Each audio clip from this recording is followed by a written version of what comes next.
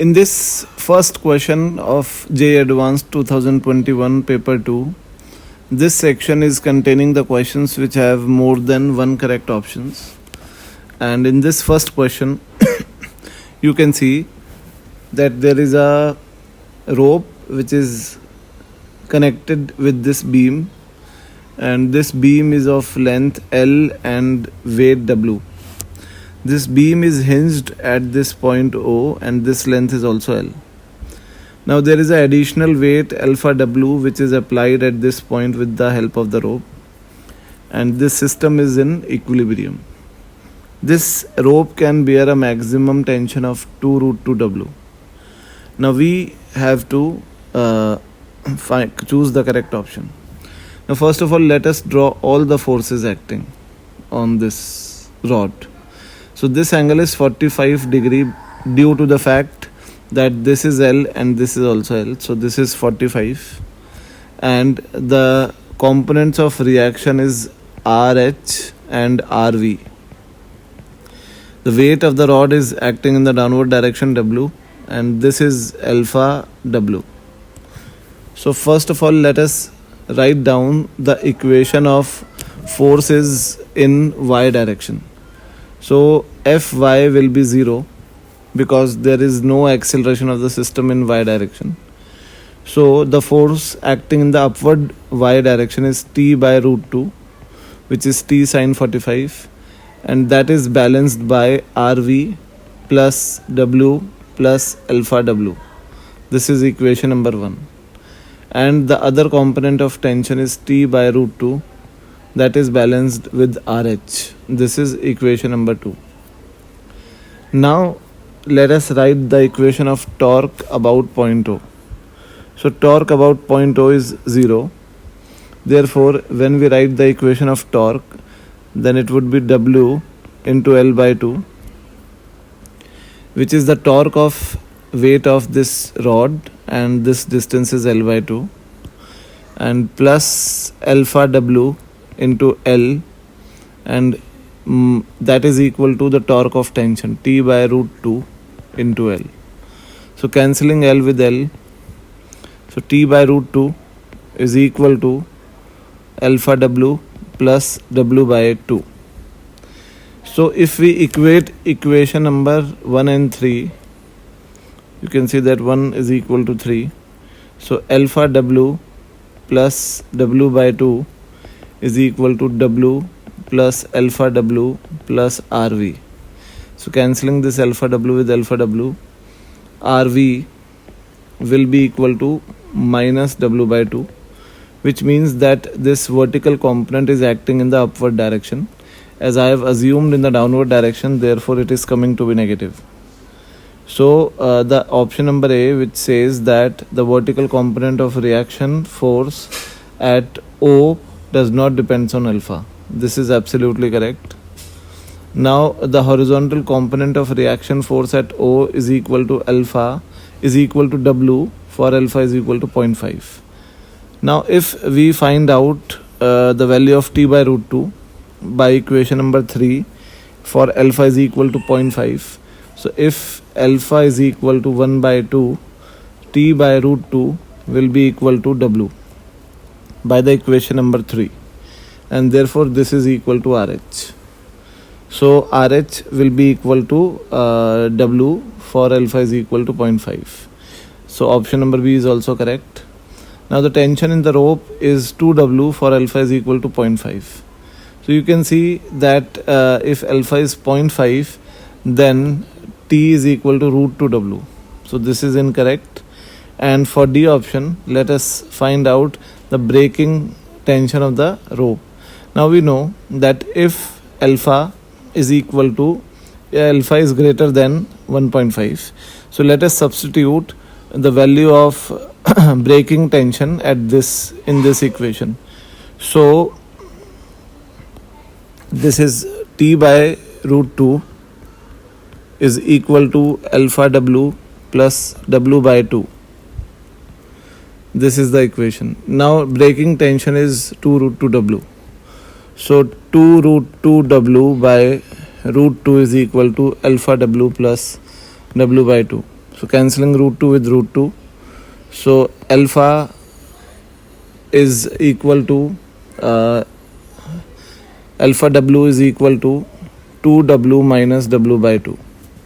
So alpha w is equal to 3 by 2w and alpha is equal to 3 by 2. So if the tension in the rope is maximum, then alpha is equal to 3 by 2. And if the tension would be greater than this value, then alpha would be greater than 3 by 2. Which means that rope will break if alpha is greater than 1.5. So option number D is also correct. Now let's move on the next question. In this second question, there is a source of sound which is approaching with speed u towards a closed organ pipe but towards its open end. So let us suppose that this is a closed organ pipe and this is a source which is approaching with velocity u. So the frequency emitted by the source is Fs and the speed of sound in the air is v, and f0 is the fundamental frequency of the pipe. So we know that the fundamental frequency of the pipe is v by 4L. Now we know that if source is approaching towards the observer is pipe, therefore the frequency, apparent frequency will be equal to Fs, which is the frequency emitted by the source, will be into V upon V minus Vs. So V is V and V minus Vs is U. So for resonance to occur, we know that this organ pipe would have the frequencies which will be the odd multiple of fundamental frequency. So let us substitute this f dash as odd of fundamental frequency, and that is equal to Fs into V upon V minus U. So if to check the first option, you can see that if Fs is equal to F0, so U will be 0.8 V. Now we know that this number should come odd. So if we substitute the value, then you can see that, let us suppose that this number is n and this is F0 and Fs is also F0, V is V and U is equal to 0.8 V. So in the denominator it would be 0.2 V. So this is n will be equal to 5. So this is an odd number, therefore this will be creating a frequency which is in resonance with the pipe. Now similarly you can check all the options and the correct answer would be A and D. Now let's move on the next question. In this question, there is a prism of prism angle 60 degree. The refractive index of the left half and the right half are n1 and n2, where n2 is greater than or equal to n1.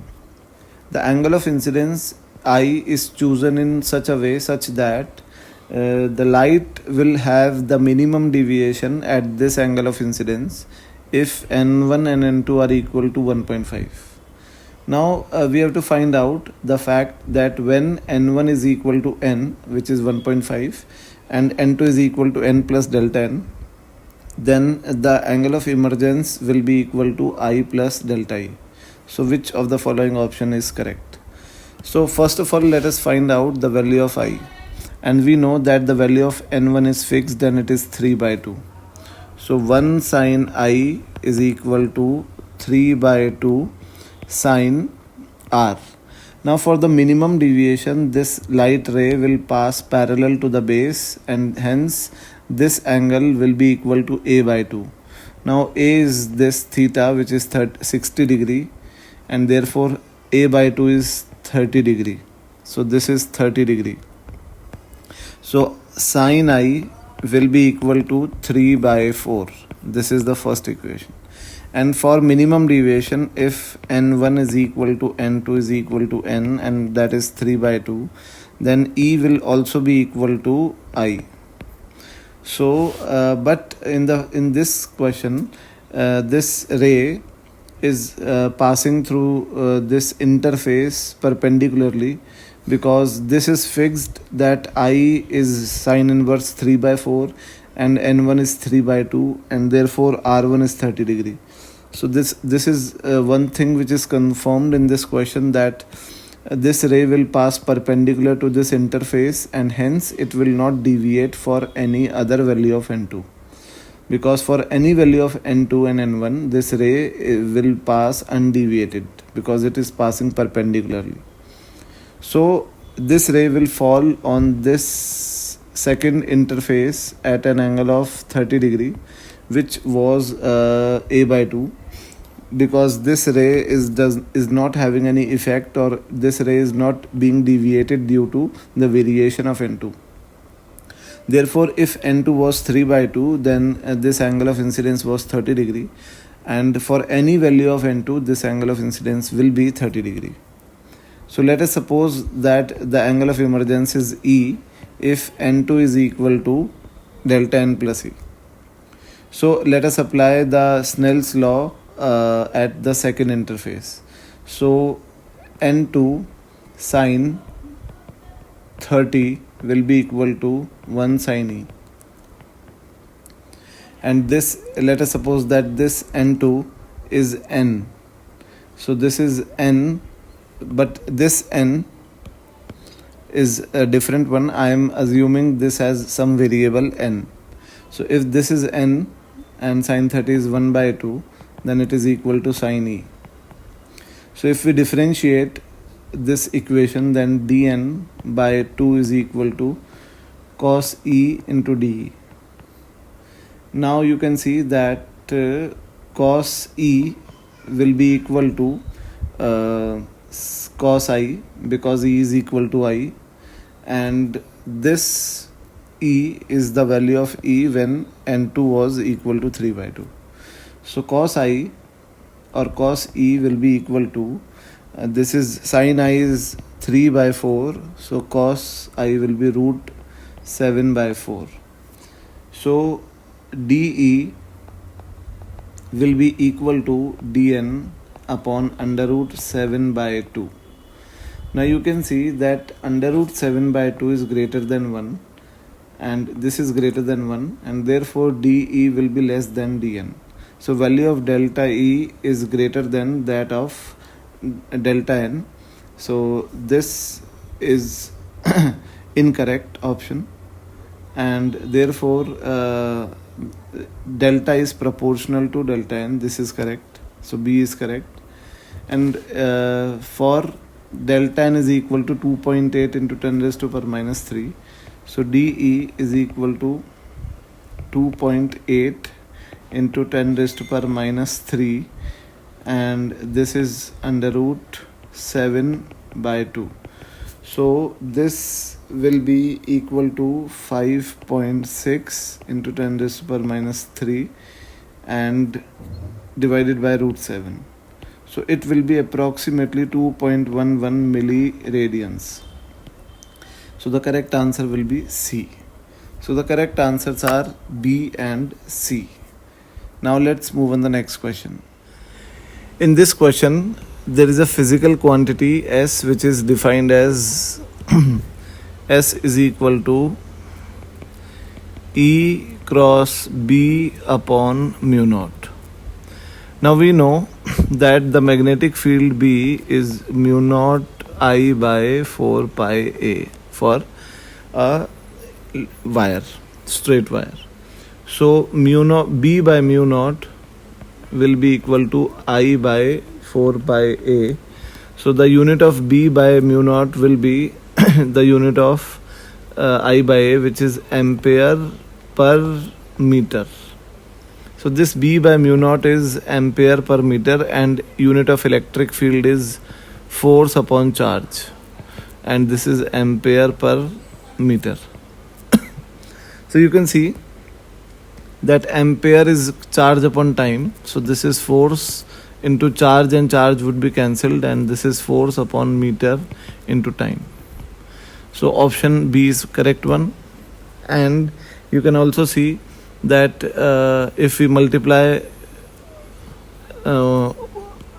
meter and meter on the denominator and numerator, then F into meter would be work done, and work done upon time is power, and in the denominator it would be meter square, which is area. So option number D is correct. This is incorrect, you can check that, and this is also incorrect. So the correct options are B and D. Now let's move on the next question. In this question you can see that there is a heavy nucleus N which is at rest initially. It undergoes a fission of N is equal to, or N breaks into P plus Q, where P and Q are the two lighter nuclei. So if N was at rest initially, so the momentum conservation law would hold, and del, you can see that del is the mass defect. Mass of N minus mass of P and Q is the mass defect. So this is the mass defect, and energy released in this process would be del C square. So this is the energy released in this process. Now this energy will be the kinetic energy of P and Q, and their momentum will be same because the initial momentum was 0 and final momentum would also be 0. So they would be moving in opposite directions with equal momentum. So if their momentum is same, then their energies will be in the reverse ratio of masses, because energy is P square by 2m. So let us suppose that this is P, so their momentum would be same. So this is P square by 2mq, and this is P square by 2mp. So cancelling this, so this is mp by mq. So these are the ratio of the energy, and the sum of energy is E. So you can see that energy is distributed in inverse ratio of the masses. So the first equation, first option A is correct, absolutely correct. The second option is incorrect because energy is inversely proportional to the mass. But you can see that in the second option, the energy of P is directly proportional to its mass, which is incorrect. Now we can say that the ratio of velocities will be equal to the inverse ratio of masses. So this is also correct because momentum is equal. So mq into vq will be equal to mp into vp. So vp upon vq will be equal to mq by mp. So option number C is also correct. Now if we find out the energy of each of them, then we can use these two equations. This is the first equation and this is the second equation. So we can say that EP plus EQ will be equal to del C square, and EP upon EQ will be equal to MQ upon MP.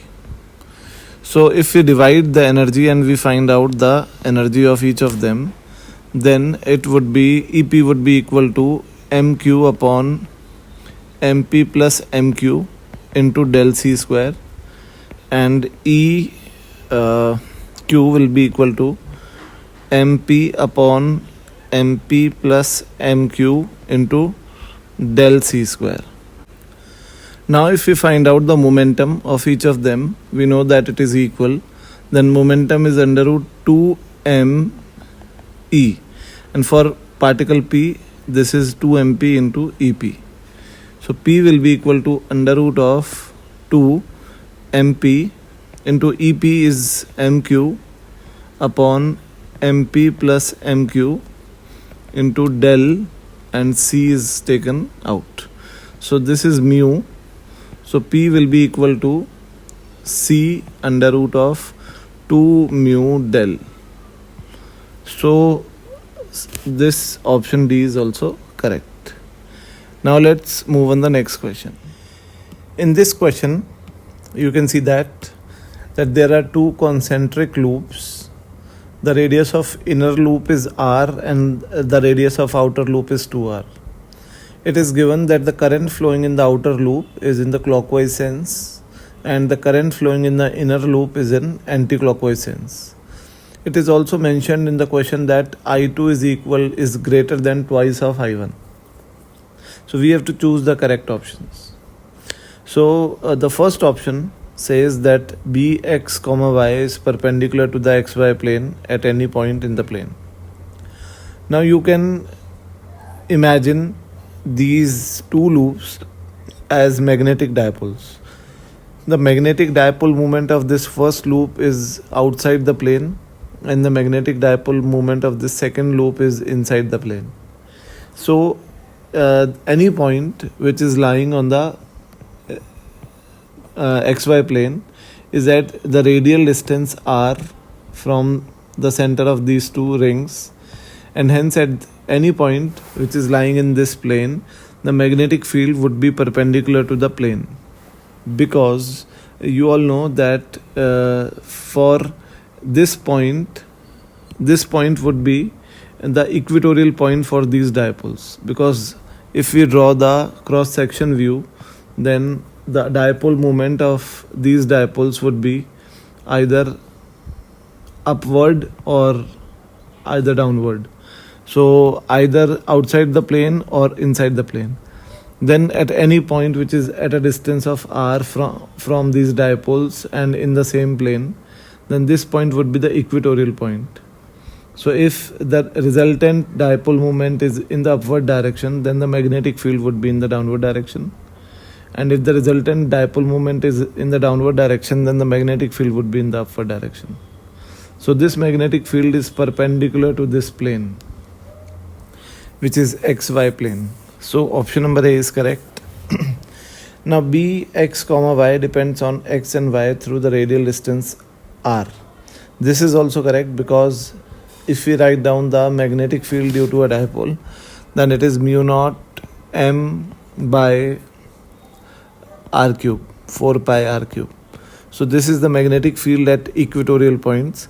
So the magnetic field is depending on x and y only by the radial distance r. So option B is also correct. Now the magnetic field is non-zero at all the points for r is less than r. So let us suppose that at center, let us write down the magnetic field at center. So at center, BO due to the bigger loop would be mu naught I2 by 4r, and BO due to the smaller loop would be mu naught I1 by 2r. Now it is given that I2 is greater than 2I1. Therefore BO at magnetic field at O due to 2 would be greater than magnetic field at O due to 1. Which means at O, the magnetic field of this bigger loop will dominate. But as we will approach towards the smaller loop like that, then at some point which is at the infinitely small distance from the smaller loop, at this point, the magnetic field of the smaller loop would be infinite and the magnetic field of the bigger loop would be finite. Which means that at the center, magnetic field of the bigger loop is greater, and as we will move away from the center towards the circumference of the smaller loop, then magnetic field of the smaller loop will start to increase, and a point will come when these two magnetic fields would be equal in magnitude and opposite in direction. Therefore they will cancel out each other. So at some point lying inside the region of smaller loop, the magnetic field can be zero. So option number C is incorrect, and option number D says that the magnetic field at the points which are normally points normally outward from the xy plane for all the points which are lying between the two loops. You can see by Fleming's right hand rule that the magnetic field at this point which is lying between these two loops would be inside the plane due to the smaller loop, as well as would be inside the plane due to the bigger loop. So option number D is also correct. So only correct options are A and B. D is also incorrect, and therefore only correct options are A and B. Now we move on the next question. In this question, there is a soft plastic bottle which is filled with water of density 1 gram per cc. It carries an inverted glass tube which has some air trapped in it, and this test tube has a material of glass which has a mass of 5 grams, as well as the density of this material is 2.5 gram per cc. The initially bottle was sealed at atmospheric pressure of 10 raised to power 5 pascals, and the volume of air trapped inside this test tube is 3.3 cc. Now when this bottle is squeezed from outside, then the pressure inside the bottle rises, due to which this air inside the test tube gets compressed and this test tube starts to sink down.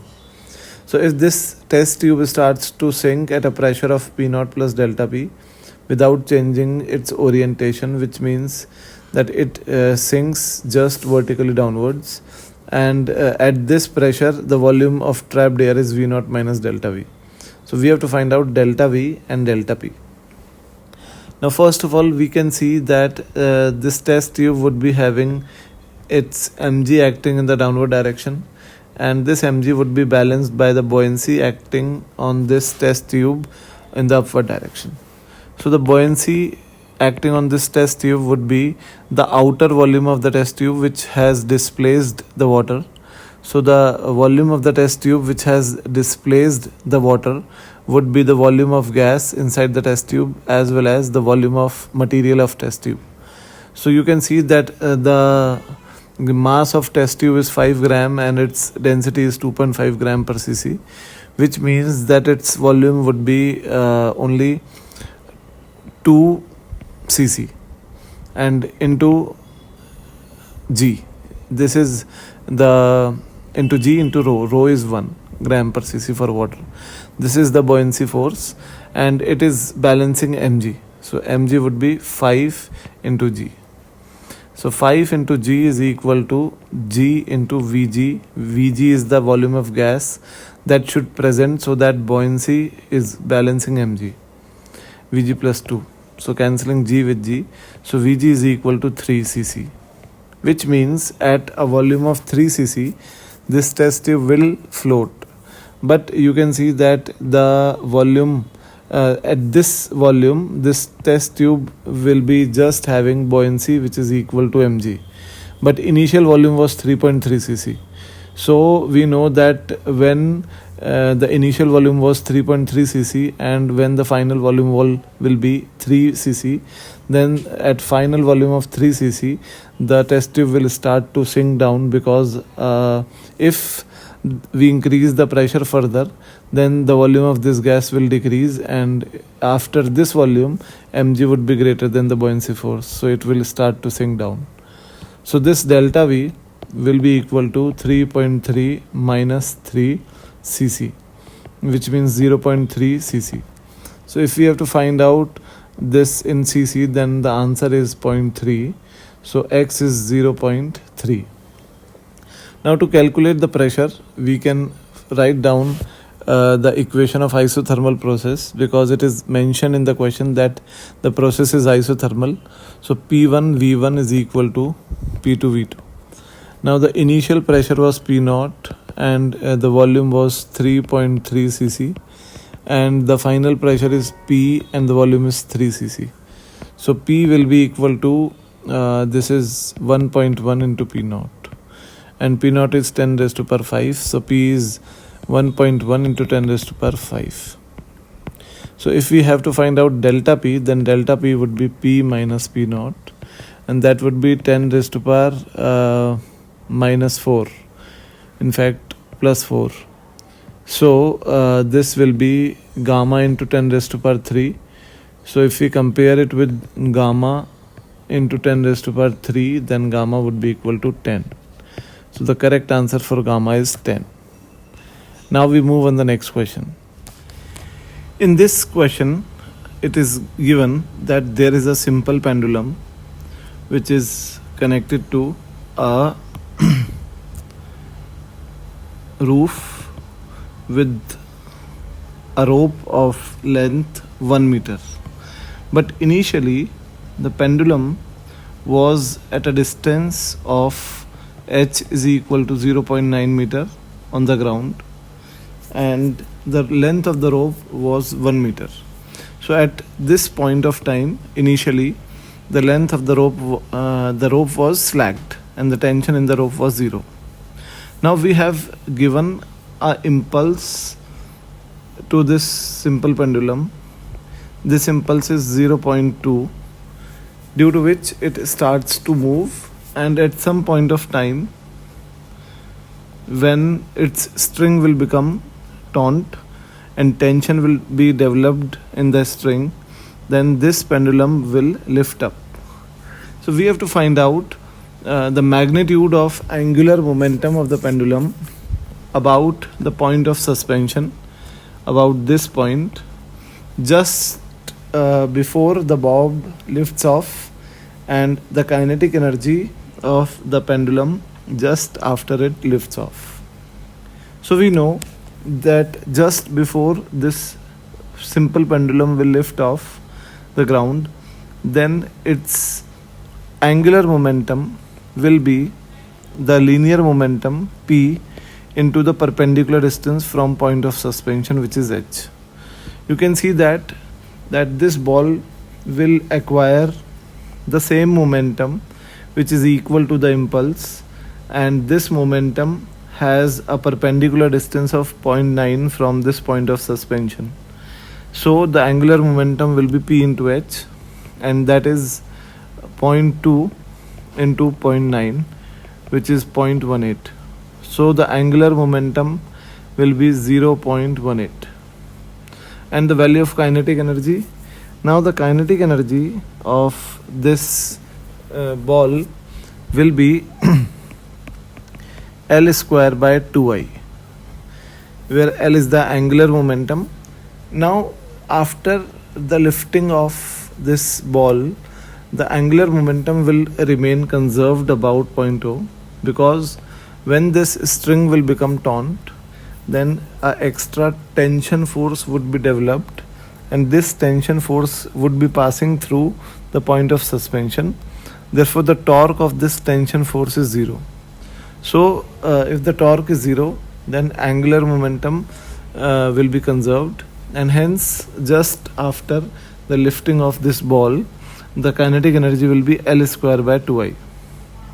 Now the value of L, angular momentum, is 0.18, and its square by 2 into the moment of inertia will be mr square. M is 0.1, and the radius now will be the length of the string, which is 1.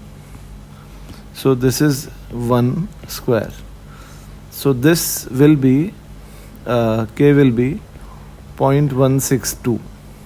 So the value of kinetic energy is 0.162, which we have to round off till 2 decibels. So the answer is 0.16, and the value of angular momentum is 0.18. Now let's move on the next question. In this question, there is a circuit which is containing a capacitor which has a capacitance of C microfarads, and a filament bulb which is a resistance. A filament bulb is a resistance which is connected to a AC source of RMS voltage 200 volts and frequency 50 hertz. Now out of this 200 volts, 100 volts is being dropped across the resistance, and the power consumed by this filament bulb is 500 watts. So this is the power of only filament bulb and not of the complete circuit. Now we have to find out the value of C and the phase difference between current and voltage. Now first of all, we know that in RC circuit V is equal to under root VC square plus VR square. Now V is 200 and VC square is unknown and VR square is 100. So VC from this would be equal to 100 root 3, and tan phi will be equal to Vc by Vr. So tan phi is 100 root 3 divided by 100, which is root 3. Therefore phi will be equal to 60 degree. So the value of phi is 60 degree. Now for the value of C, let us see that the power is given as 500 watts. This is the power consumed by the filament bulb, and this power is equal to Vrms whole square upon R. Now Vrms across this filament bulb is 100, so the resistance will be 10 to the power 4 upon 500. So this would be 100 upon 5, so it would be 20. Now the value of Xc, now Xc upon R is also equal to tan phi, and it is root 3. So Xc is equal to R root 3. R is 20, so it is 20 root 3. Now X is equal to 1 upon omega C, and C will be equal to 1 upon 20 root 3 into omega is 2 pi f. F is 50. And pi root 3 pi is approximately given as 5. So C will be equal to 100 microfarads, the value of capacitance. So the unknown variable, which is C, will be 100. So this is 100. Now we move on the next question. In this question, there is a special metal S which conducts electricity without any resistance. This is also called a superconductor. So there is a closed wire loop which is made up of metal S, and it does not allow any change in flux through itself by inducing a suitable current to generate the compensating flux. Now this current is known as a persistent current. This is the additional information which I am giving you. The induced current in the loop cannot decay due to its zero resistance, and this current gives rise to a magnetic moment which in turns repel the source of magnetic flux or magnetic field. So consider such a loop of radius A and whose center is origin. The magnetic dipole of dipole moment M is brought along the axis of this loop from infinity at a point which is at a distance of R, which is very greater than A. Now from the center of the loop with its north pole facing away from the loop as shown in the figure, the magnitude of magnetic field due to a dipole M at a point on the axis at a distance of R is mu naught M by 2 pi R cube, where mu naught is permeability of free space, and the magnitude of the force acting between two magnetic dipoles with the dipole moment M1 and M2 are this K M1 M2 by R ki power 4. So we have to choose the correct option. Now in the first question it is asked then that when the dipole M is placed at a distance R from the center of the loop, then the current induced in the loop would be proportional to. Now first of all, let us find out the coefficient of self-inductance of the loop. Now first of all, I am telling you that what is happening in this question. So there is a phenomena of superconductivity that superconductors always try to expel the magnetic field lines from them. So if some magnetic dipole is placed on the axis of a circular loop which is made up of superconducting material, then due to this magnetic dipole, some magnetic field would be linked with this loop. And to cancel out that magnetic field, this loop would induce some current in its own wire, and that current would be creating its magnetic field just in the opposite direction of the magnetic field of the dipole, so that the net magnetic field associated with this loop is zero. So this is the phenomena which is happening here. So let us first of all find out the coefficient of self-inductance of this loop.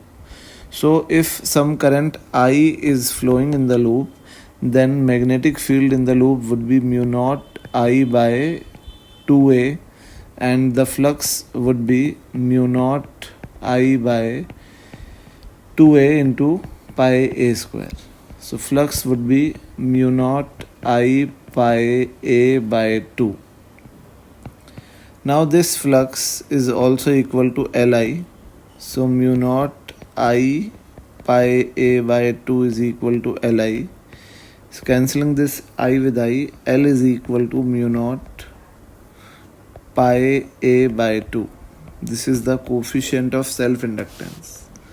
Now the flux linked with this loop due to this magnetic dipole would be phi 1 2 would be mu naught m by 2 pi r cube is the magnetic field of this dipole associated with this loop and multiplied by the area of the loop. Now this flux would be cancelled with the flux generated by the persistent current in the loop, and therefore that flux generated would be equal to Li.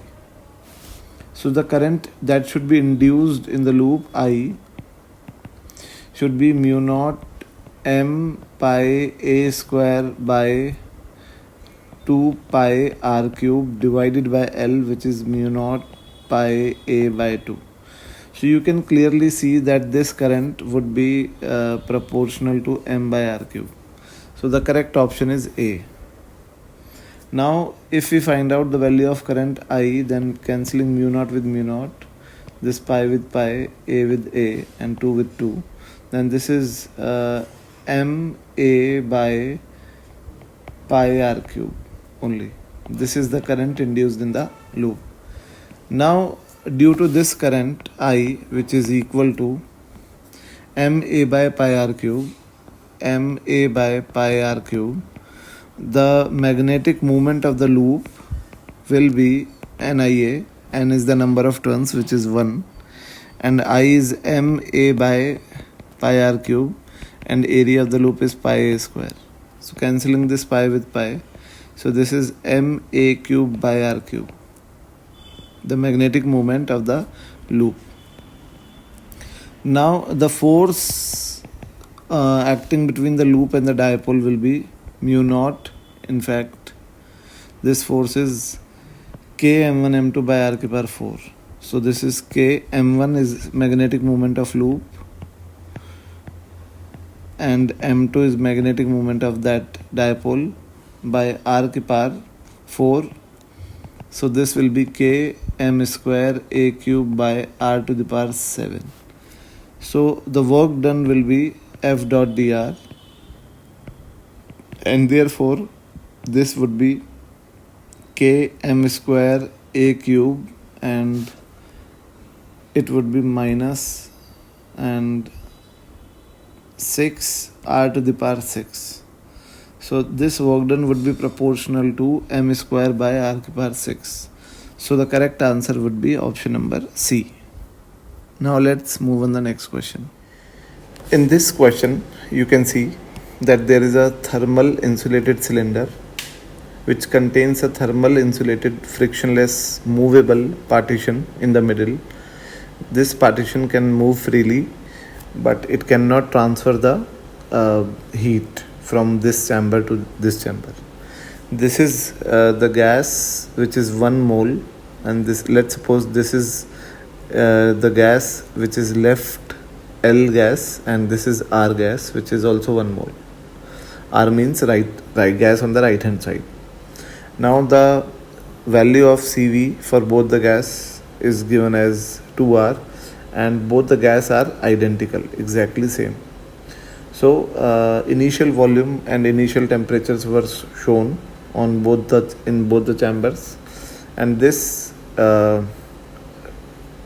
filament is transferring the heat at constant power slowly to this gas, and it is transferring a total amount of Q heat on the left hand side of the chamber to this gas, and as a result of which this piston moves very slowly towards the right hand side, and it compresses this right gas by a volume of V by 2, V naught by 2.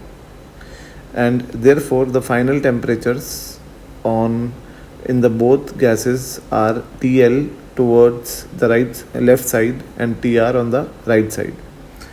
So we have to ignore any change in temperature of the cylinder, heater and partition. Now we have to find out the value of TR by T naught.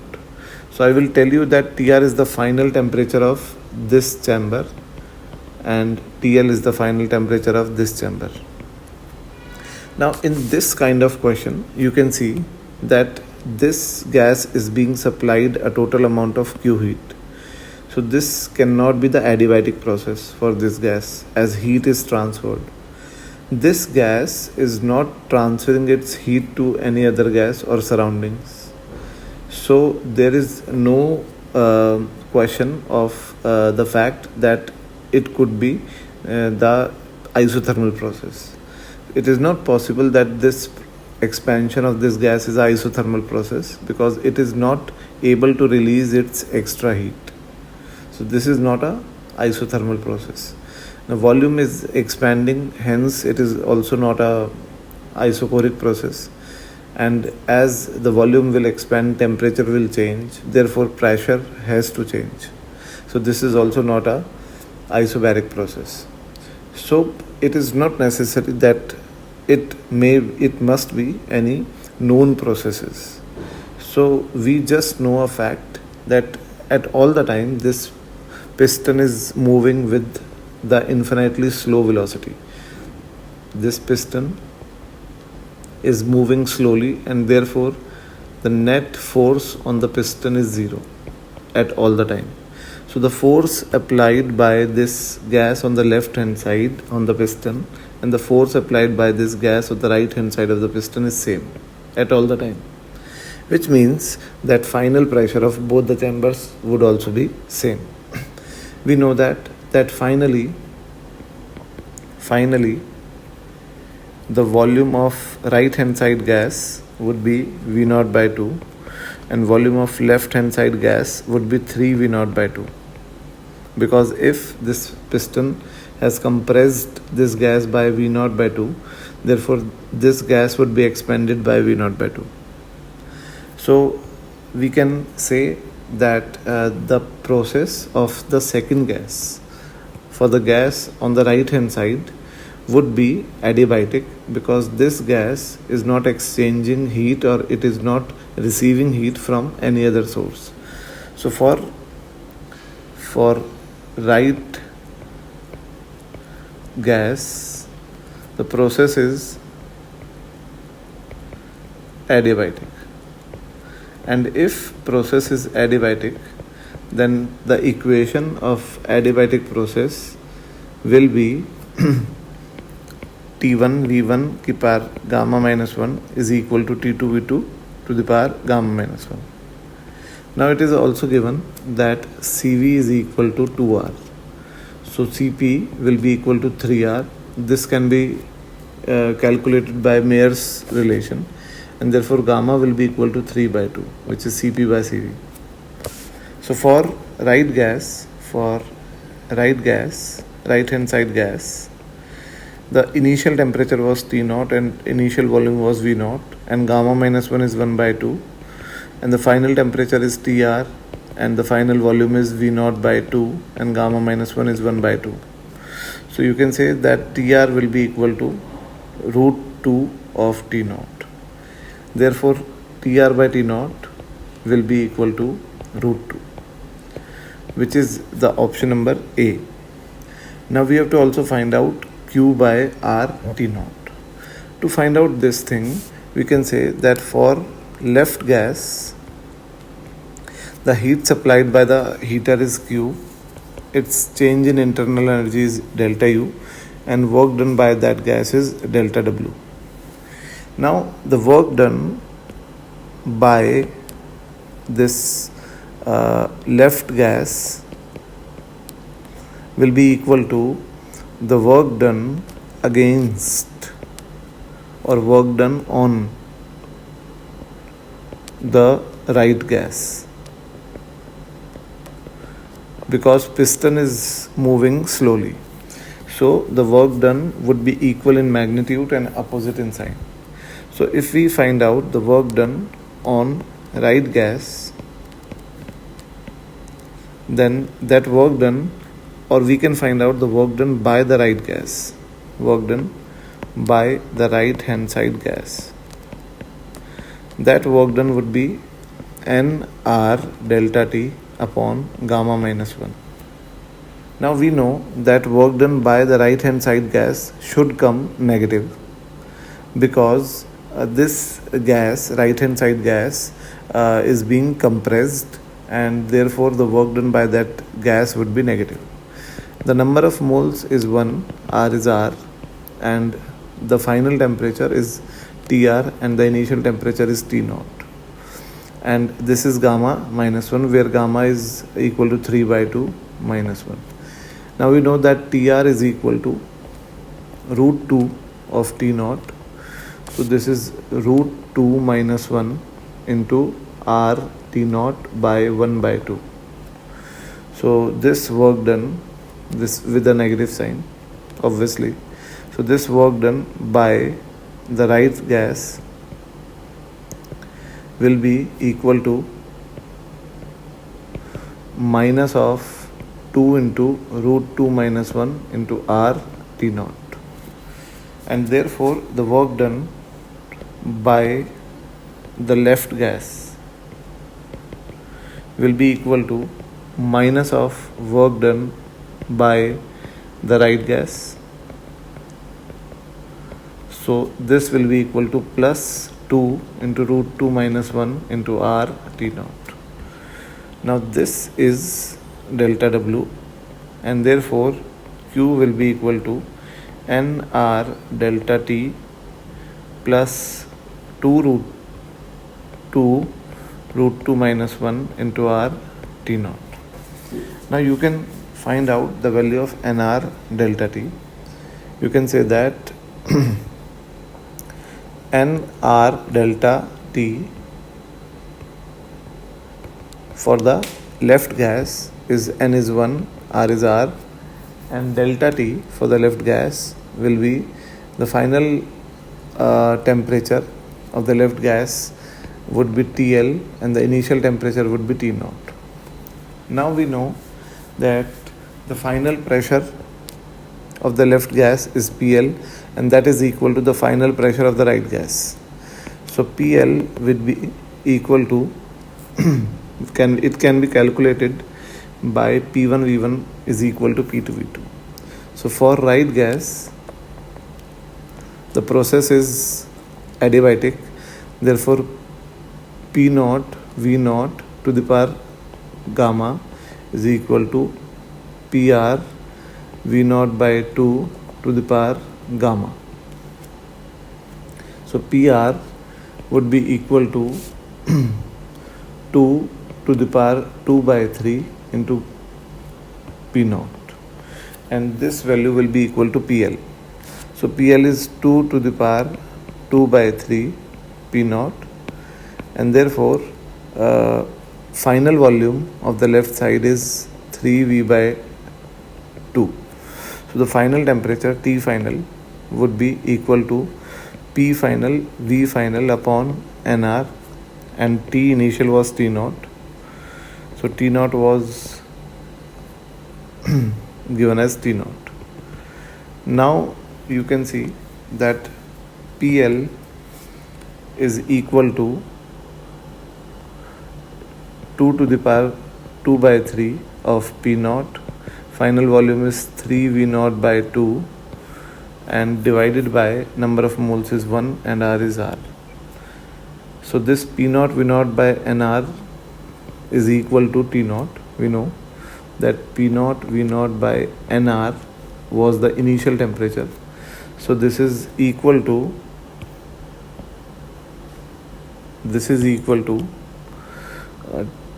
3 into 2 to the power minus 1 by 3. You can see that 2 to the power 2 by 3 upon 2 will be 2 to the power minus 1 by 3 into P0 V0 by nR. which is T naught. So T final minus T initial or NR delta T will be equal to NR TL, which is 3 by 2 to the power 1 by 3 T naught minus T naught, and this is equal to NR T naught, where T naught is P naught V naught by NR, and cancelling this NR with NR, and this is 3 upon 2 to the power 1 by 3 minus 1. So if we substitute this value in this equation, then it would be equal to NR and delta T is equal to 3 upon 2 to the power 1 by 3, 3 upon 2 to the power 1 by 3 into T naught. In fact, this is into T naught, plus this is 2 into root 2 minus 1 RT naught. So if you will take NR T naught common, where N is 1, then this would be I'll write on next page. Now this is Q is equal to NR, N is 1, and I am taking RT naught as common, and it would be 3 upon 2 to the power 1 by 3 minus 1, and it would be 2 root 2 minus 2.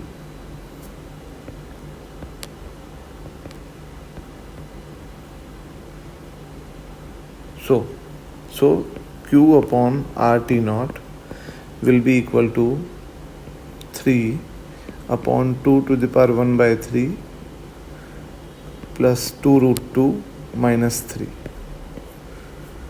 So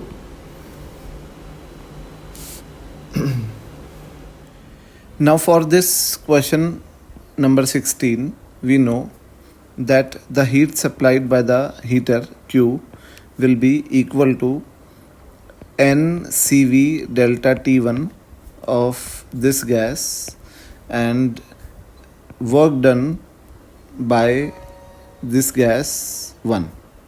Now you know that work done by the gas 1 is equal to minus of work done by the gas 2, and for gas 2 we know that this process is adiabatic process for the second gas or the right gas. Therefore W2 plus delta U2 for the right gas is equal to 0, and W2 will be equal to minus of delta U2. So W1 will be equal to plus of delta U2. You can substitute this value here. So Q supplied will be NCV delta T1 plus NCV delta T2. Okay, so this is this delta U2 will be NCV delta T2. So this is the heat supplied. Now we know that the final temperature of the right gas TR is equal to root 2 times of T naught by this question. And let us find out the final temperature of the left gas. So for the left gas, we know that for the left gas, the initial pressure was P naught, okay, and the initial temperature was T naught, and pressure was P naught and volume was V naught. So the initial number of moles were P naught V naught by R T naught, and the final number of moles will be PV by RT, and number of moles will be same. Now the final volume V for the left gas will be 3V by 2, 3V naught by 2. And the final temperature we have to find out, and the pressure. So the final pressure for this left gas, this one, will be equal to the final pressure of the right gas. So for the right gas, the final pressure will be P1 V1 to the power gamma is equal to P2 V2 to the power gamma. Why I am saying that the final pressure of the left gas and the final pressure of the right gas will be same? Because this piston has moved slowly by from left to right, and therefore at all the time the net force on the piston from both the sides will be 0.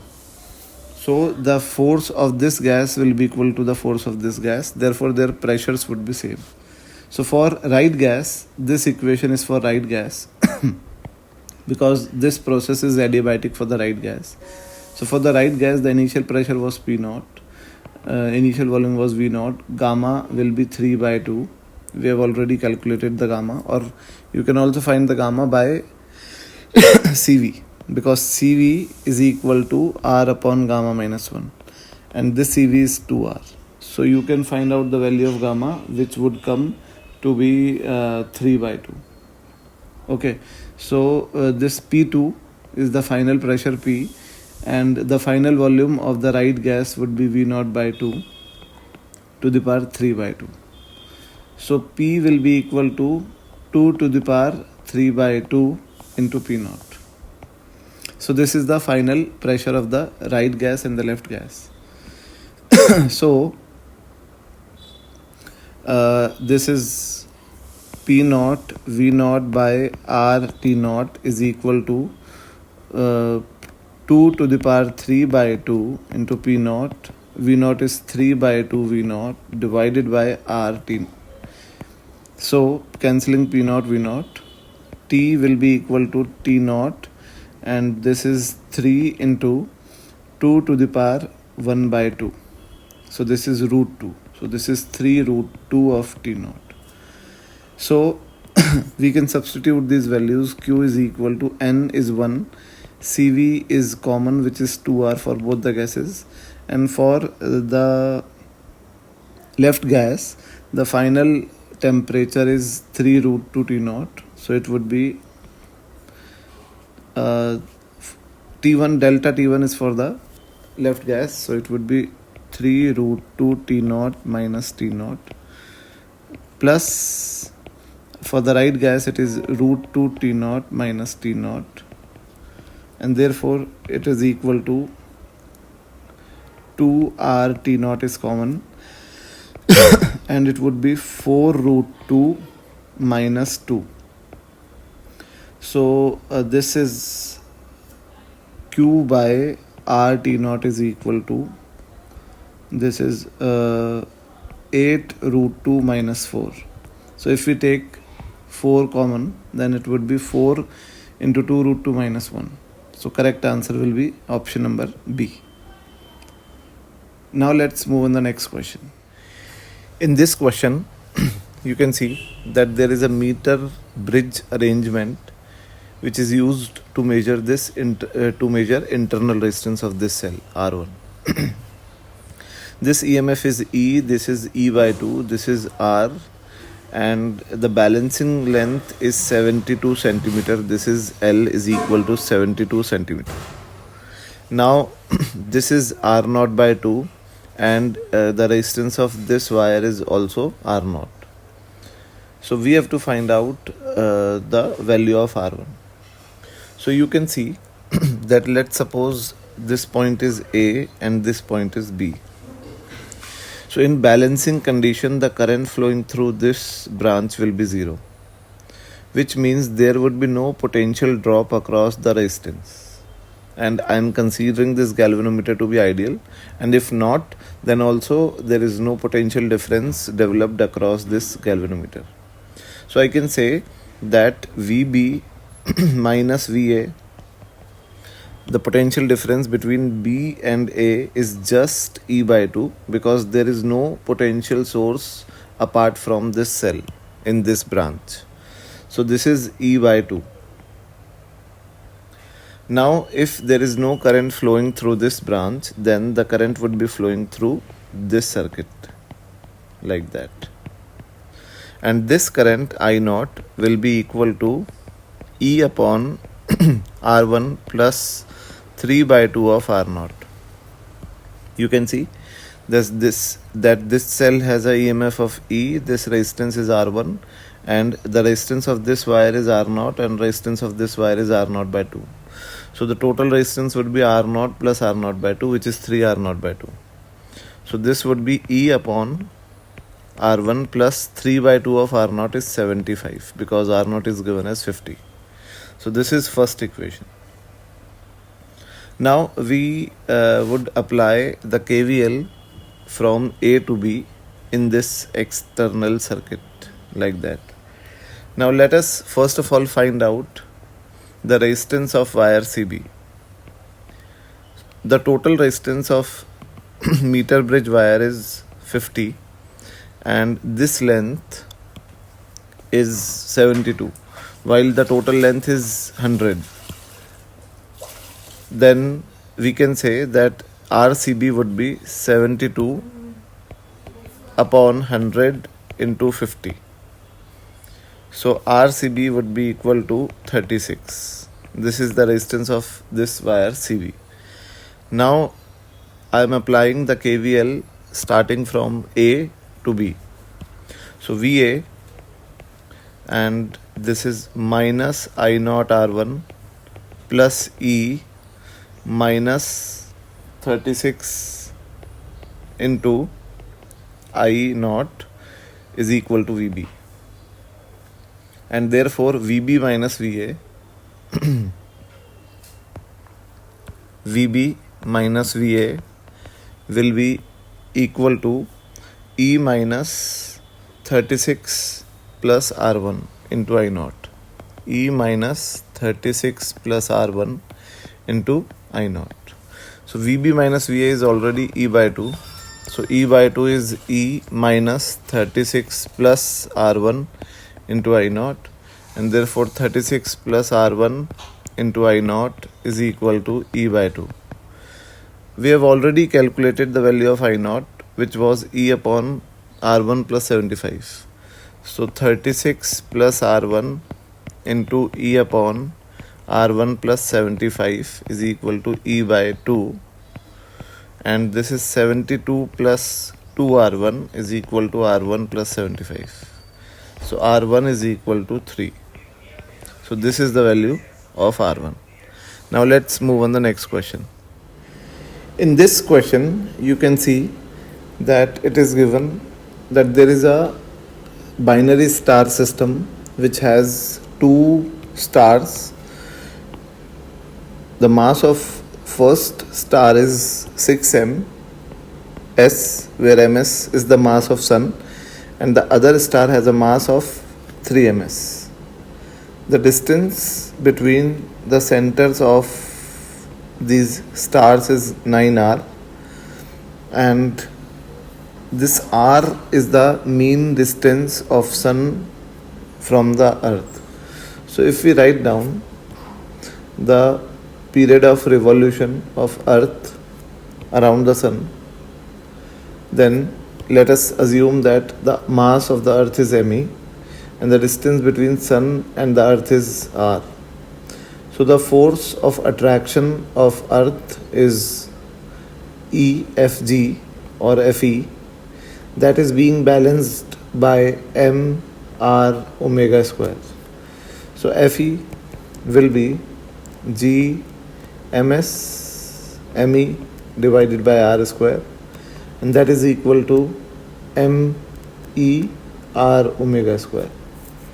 So cancelling this me with me, omega square is equal to G ms by r cube, and omega will be equal to under root of G ms by r cube, which is 2 pi by t, and therefore t is equal to 2 pi under root r cube by G ms. Now if we talk about the binary star system, then the center of mass of this binary star system would lie at a distance of 3r from 6 ms and at a distance of 6r from 3 ms. You can find out the center of mass location by using that formula. So we can say that both of them are revolving around the center of mass, and hence let us find out the time period of any one of them, because their time period is same. So if this is the centrifugal force, which is 6 ms, and the radius of rotation of the 6 ms will be 3r, so this is 6 ms and this is 3r omega square, and this is the force of attraction, gravitational force of attraction. So F would be equal to G into 6 ms into 3 ms divided by 9r whole square, and that is equal to 6 ms into 3r into omega square. You can see that this is 18 ms and this is 6 into 3, 18, and ms.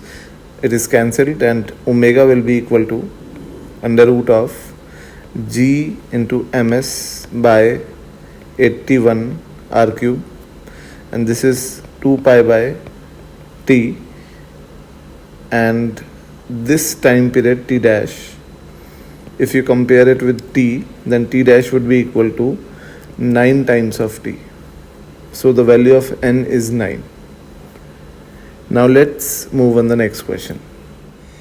In this last question of paper 2, it is given that in a photoelectric experiment, the maximum kinetic energy of electrons which are emitted from 3 metals are EP, EQ and ER, and they are related like that. So in this experiment, if the wavelength of light which is used for metal P and Q is same, while it is different for metal R, and the work functions of the metals are given, so we have to find out the energy of incident photon which is used for metal R. So let us first of all write down the equations. So let us suppose that E is the energy of the incident photon which is incident on metal P and Q, which is same. So E would be equal to 4, which is the work function for metal P, plus energy of electron emitted from P is EP. This is first equation. And the same energy E is equal to 4.5 for Q, and for Q, EQ is equal to EP by 2. So this is EP by 2. This is second equation. So by solving these equations, you can see that this equation will give that if we 1 minus 2 will give EP by 2 plus 0.5 is equal to 0. So this EP by 2, in fact this is minus 0.5, and therefore EP will be equal to 1. Now if we write down the equation for energy for metal R, then let us suppose that the energy of incident photon on R is E, and its work function is 5.5, and its kinetic energy of its electron is ER, which is EP by 2. So E dash, which is the energy of incident photon on the metal R, is 6. You can see that EP is equal to 1 and EP by 2 is half. So 5.5 plus half is 6. So the correct answer for this question is 6. Now let's move on the now this was the complete paper 2 solutions, and I'll be bringing the analysis of this paper in the next video. Thank you.